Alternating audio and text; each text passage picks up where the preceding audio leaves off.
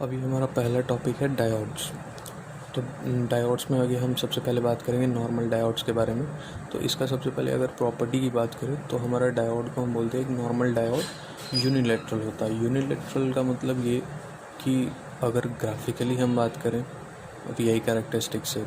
तो यूनिलैटरल का ये मतलब हुआ कि उसका ग्राफ जो है वो फर्स्ट और थर्ड या फिर सेकंड और फोर्थ क्वाड्रेंट में सिमेट्रिक नहीं होना चाहिए।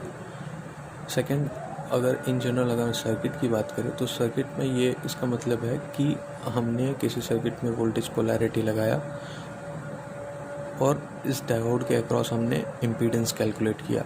नाउ अगर हम उस वोल्टेज के पोलैरिटी को रिवर्स कर देंगे ना, तो फिर हमारा जो इम्पीडेंस आएगा वो पिछले केस से डिफरेंट आएगा, मतलब उसका नेगेटिव आना चाहिए। नेक्स्ट हम बात करते हैं इसके करंट के डायरेक्शंस की। तो डायोड जो होता है जनरली P2N करंट फ्लो कराता है। नॉर्मल डायोड्स की हम बात कर रहे हैं, जीनर डायोड का अलग केस है। P2N करंट यहाँ पे फ्लो होता है। और आइडियल अगर सिचुएशन में हम बात करें तो आइडियली हमारा N to P में करंट ज़ीरो फ्लो होता है, लेकिन यहाँ पे एक रिवर्स सैचुरेशन करंट फ्लो होता है जो कि बहुत पिको एम्पियर के रेंज का होता है। अगर हम डायोड की करंट इक्वेशन की बात करें तो वो होता है ID is to I naught e की power VD upon eta VT minus 1। यहाँ पे ईटा अगर गिवन नहीं है हम इसको नेगलेक्ट कर सकते हैं। और फिर नेक्स्ट हम बात करते हैं टेम्परेचर वेरिएशंस की। तो टेम्परेचर वेरिएशन ये आई नॉट जो है ये यही रिवर्स सैचुरेशन करंट है, ठीक है। ये चीज़ जो है वो सिर्फ और सिर्फ टेम्परेचर पे ही डिपेंड करता है, मतलब टेम्परेचर आप वैरी करोगे तभी ये चीज़ वैरी करेगा। इससे ये होगा कि हम ये बोल सकते हैं कि आई नॉट जो होता है वो हमारा बायसिंग वोल्टेज या फिर किसी भी अदर फैक्टर्स पे ये चीज़ डिपेंड नहीं करता। ये सिर्फ डिपेंड करता है कि हमारा सिस्टम में टेम्परेचर क्या है। अभी इसको जस्टिफाई करने के लिए थोड़ा EDC का पार्ट है, लेकिन हम लिंक करने के लिए समझ सकते हैं कि आई नॉट जो होता है ना वो होता है Qn μn into E, where Q is the charge of electron, N is the concentration, mu is the mobility of electron and E is the electric field. अब यहाँ पे हम EDC में देखते हैं कि N जो होता है ना वो अगर डायोड को दो को कर दिया तो उसके बाद से अगर हम देखते हैं तो Ni² अपॉन ND होता है, जहाँ पे Ni² इंट्रांजिक करियर कॉन्सेंट्रेशन और ND जो होता है वो होता है हमारे पास हमारा डोपिंग कॉन्सेंट्रेशन। बात करते हैं म्यू इंटू ई की। तो म्यू और ई का जो रिलेशन होता है ना वो ऐसा होता है कि जब हमारा ई इंक्रीज़ करता है ना तो म्यू हमारा डिक्रीज़ करता है। रिलेशन कुछ ऐसा है कि ये तो म्यू और ई का रिलेशन जो है वो कुछ ऐसा ग्राफ आता है हमारे पास कि अगर हम इधर ई को प्लॉट कर रहे हैं ना और इधर म्यू को, तो ये कुछ ऐसे वैरी करता है और ये एक टाइम के बाद से जाके सैचुरेट टाइप हो जाता है, ठीक है। कहने का मतलब कि ये म्यू इंटू ई एक वैल्यू पे जाके सैचुरेट होता है, दैट इज़ 10⁷ सेंटीमीटर पर सेकेंड। इस वैल्यू पे जाके ये चीज़ फिक्स हो जाता है और ई का वैल्यू हाई होने पे ये काम होता है। और यहाँ पे हम डायोड में ये बोल सकते हैं कि चूँकि E is equals to V upon W, V तो हमारा कम रेंज में होता है, लेकिन अगर W की बात करें ना बेस विड्थ की तो ये और भी ज़्यादा कम होता है। इसके वजह से E बहुत हाई होता है और वो म्यू इंटू ई को हमारा सैचुरेट कर देता है। तो जब ये सैचुरेट हो गया, ये तो फिक्स ही है, N होता है Ni² अपॉन ND, डोपिंग हमने कर दिया तो ये फिक्स ही हो गया, बचा Ni²। Ni² जो होता है ना वो टेम्परेचर का फंक्शन होता है, इसीलिए हम बोलते हैं कि आई नॉट जो है वो सिर्फ और सिर्फ टेम्परेचर डिपेंडेंट होता है। नेक्स्ट अगर बात करें कि दो टेम्परेचर पे हमको रिलेशन क्या है आई नॉट के केस में, तो वो हम देखते हैं I naught T2 is equals to I naught T1 into 2 की power T2 minus T1 upon 10। यहाँ पे ध्यान रखने वाला बात यह है कि यहाँ पे 10 है। जनरली हमारे ऐसे फार्मूले में ये 2 होता है, बट यहाँ पे ध्यान रखना है कि ये 10 है। अब ID इक्वेशन की एक बार बात करते हैं कि ID जो हम लिखते हैं आई नॉट ई की power VT upon eta VT minus 1। यहाँ पे एक चीज़ नोटिस करने वाला ये है कि इस 1 को जो है ना हम तभी इग्नोर कर सकते हैं जब हमारा VD out of this range हो, मतलब कि 0.2 से अगर ज़्यादा होता है ना हमारा VD का वैल्यू, तभी हम इस -1 को नेगलेक्ट कर सकते हैं। अदरवाइज़ हमें ये एक्चुअल फार्मूला यूज़ करना पड़ेगा क्वेश्चंस को सॉल्व करने के लिए।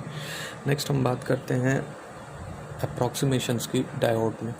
तो डायोड में एक्चुअली हमारे पास होता ये है कि हमारा नॉन लीनियर फंक्शन आता है ना एक्सपोनेंशियल केस में, तो उसके कैलकुलेशन को इजी बनाने के लिए हमने कुछ अप्रॉक्सीमेशन किए। अप्रॉक्सीमेशन बेसिकली हमारे सिस्टम को टूवर्ड्स आइडियल नेचर ले जाते हैं।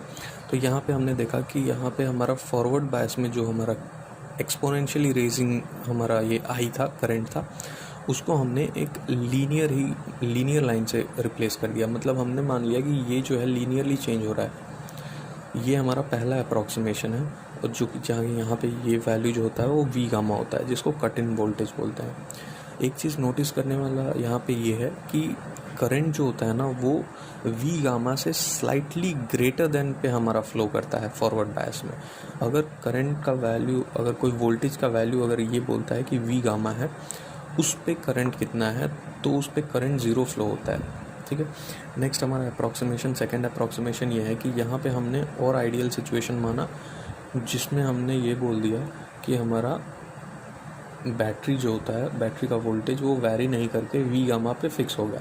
अभी वी गामा पे फिक्स हो गया, उसके बाद से हमारा इस स्लोप को हमने 90 मान लिया, क्योंकि यहाँ पे एक्सपोनेंशियली रेज कर रहा है। तो एक्सपोनेंशियली रेज करने का मतलब कि वैल्यू जो होता है 1 से 10 फिर 100 ऐसे टर्म्स में इंक्रीज कर रहे हैं। तो उसको हमने एक बहुत शार्प टर्न शो करने के लिए एक हमने स्ट्रेट लाइन से रिप्लेस कर दिया।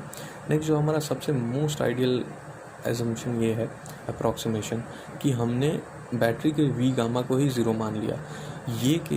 इस केस में हम ये बोल सकते हैं कि हमारा डायोड जो होता है ना एग्जैक्टली स्विच की तरह काम कर रहा है। अगर हमने फॉरवर्ड बायस लगाया तो हमारा स्विच क्लोज होगा, दैट इज़ शॉर्ट सर्किट होगा डायोड।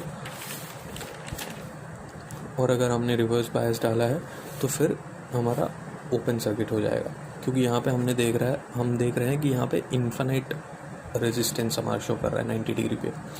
अब ऑन ऑफ कंडीशन की बात करें डायोड में, तो डायोड में इसी अप्रॉक्सीमेशन के बेस पे ऑन ऑफ कंडीशन की बात होती है।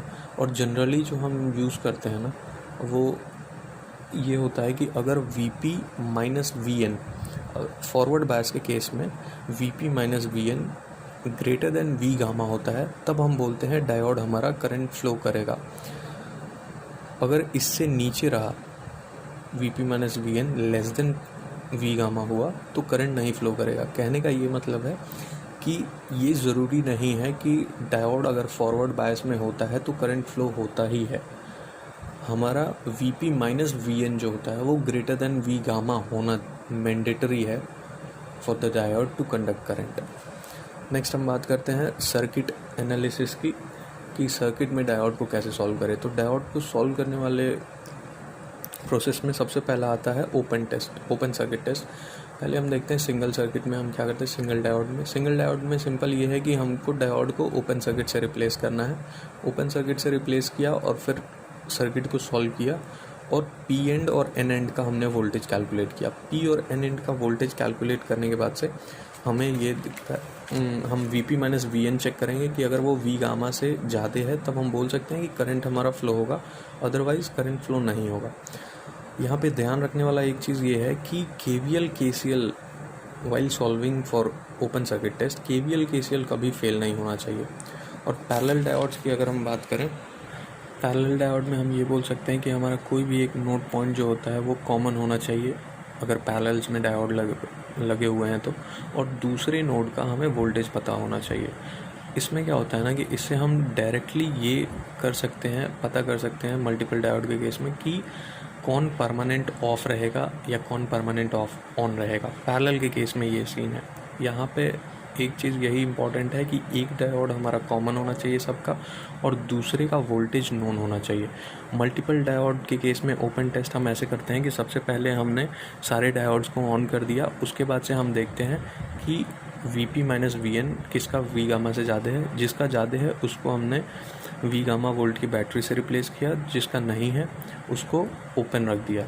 अब फिर से जो हमारा जो ऑन हो गया, जिसको वी गामा की बैटरी से रिप्लेस किया है, उसमें हम सेकेंड स्टेप में चेक करेंगे कि करंट का डायरेक्शन P2N है या नहीं। अगर वो P2N है तब तो वो उसका फाइनल स्टेट होगा कि मतलब वो डायोड ऑन होगा। अगर करंट का डायरेक्शन एन टू पी आ जाता है, दैट मीन्स कि फाइनली वो डायोड हमारा ऑफ स्टेट में रहेगा।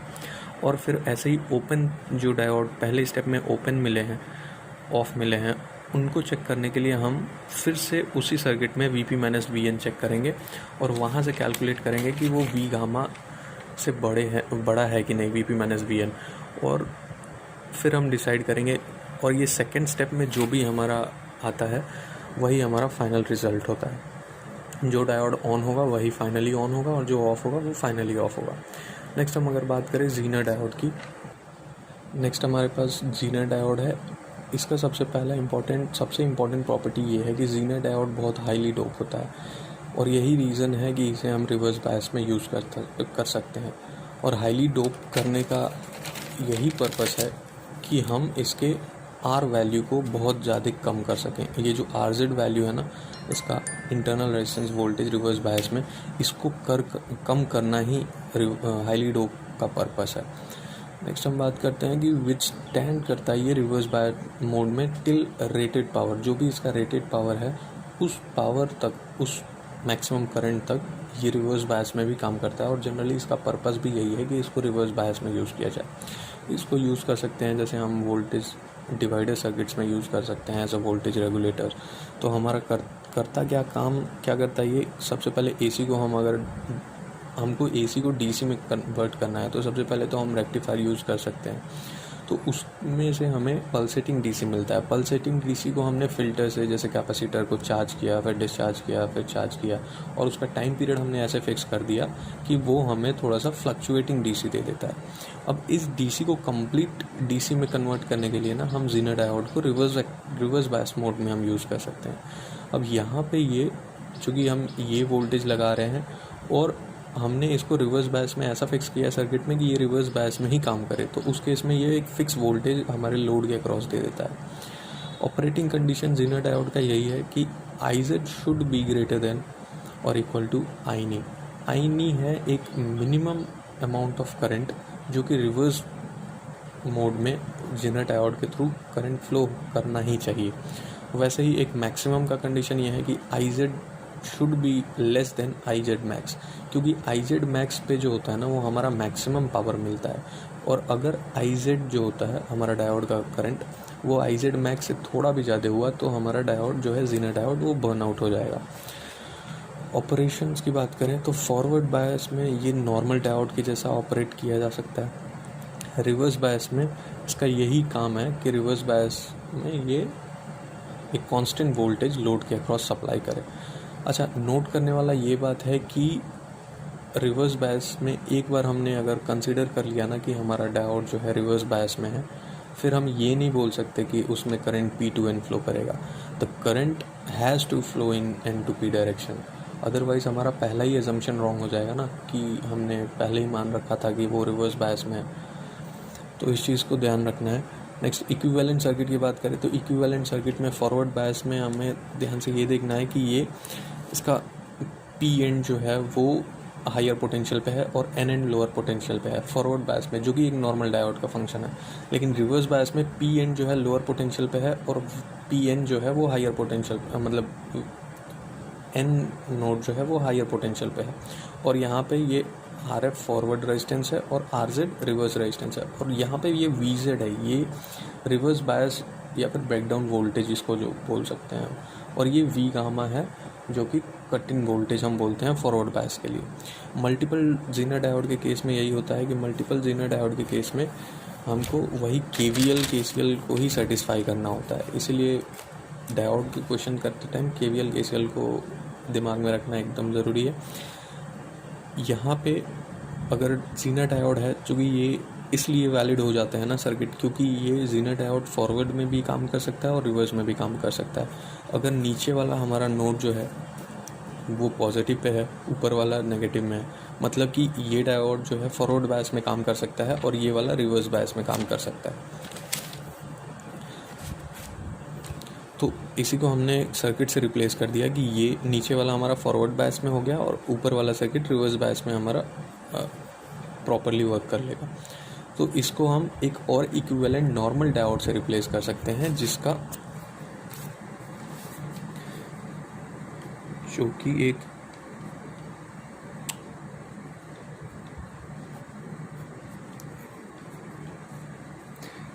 एक VZ प्लस V गामा की बैटरी हो जाएगी। इससे हम फाइनली रिप्लेस कर सकते हैं। वैसे ही केस 2 में हम ये देख सकते हैं कि यहाँ पे एक हमने नॉर्मल डायोड लगा दिया है। अब नॉर्मल डायोड के वजह से एक प्रॉब्लम ये आ गया ना कि इस सर्किट को हम सिर्फ एक ही पोलैरिटी पे यूज़ कर सकते हैं। एक ही पोलैरिटी इन द सेंस कि हम इसको, ये पॉजिटिव है और ये नेगेटिव है, तो करंट का डायरेक्शन डाउनवर्ड है। डाउनवर्ड में ये क्या करेगा ना, ये तो रिवर्स बायस में फ़्लो करा देगा करंट, और ये वाला जो डायोड है ये भी फॉरवर्ड बायस में होगा तो करंट फ्लो करा देगा, क्योंकि पी एंड है ये और ये एन एंड है, तो पी टू एन तो करंट फ्लो करा देता है नॉर्मल डायोड।